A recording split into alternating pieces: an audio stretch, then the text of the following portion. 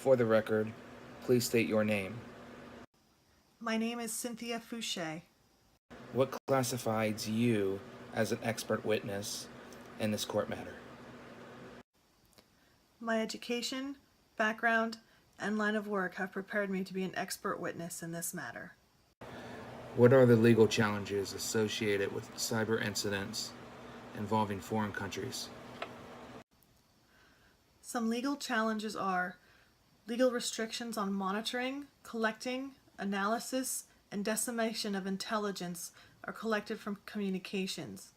An example of this is with the Australian government.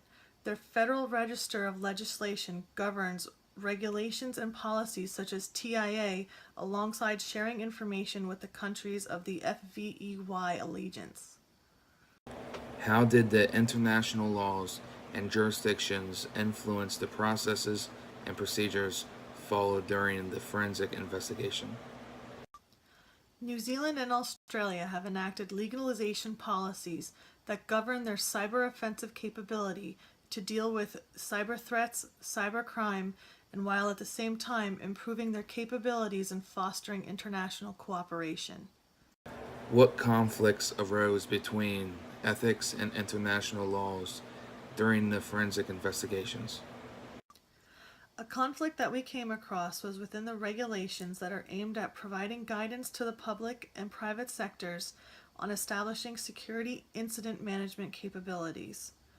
While they provide standards to be followed, they are not necessarily enforced by the law.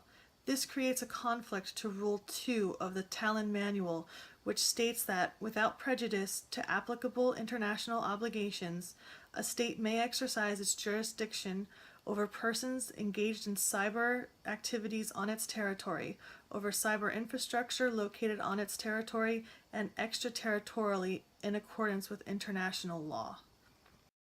How did these conflicts affect the investigations? The conflicts affected the investigations by delaying access to the data in a timely manner.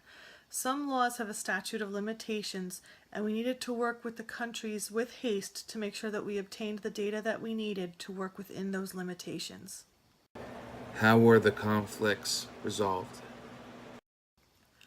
The conflicts were resolved by new compliance and regulations that were put into a system as an effort to support Rule 18 of the Talon Manual 2.0, which is based on Chapter 7 of the United Nations Charter, which empowers the Security Council to determine the existence of any threat to peace, breach to peace, and to make recommendations to maintain or restore international peace. What steps were taken to protect United States soil and citizens during the international investigation? Because the United States is part of the FVEY, we asked for their input and followed the same protocols they do when it comes to security and risk management, asset security, communications and network security, security engineering policies, identity and access management policy, data acquisition, preservation, and analysis and transfer.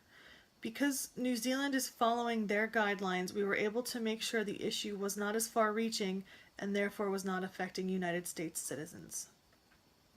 Please describe any risk to the country, businesses, or citizens from your investigation. Some possible risks were compromised data or possible data exposure, compromise of information integrity, or misuse of services, information, and their assets.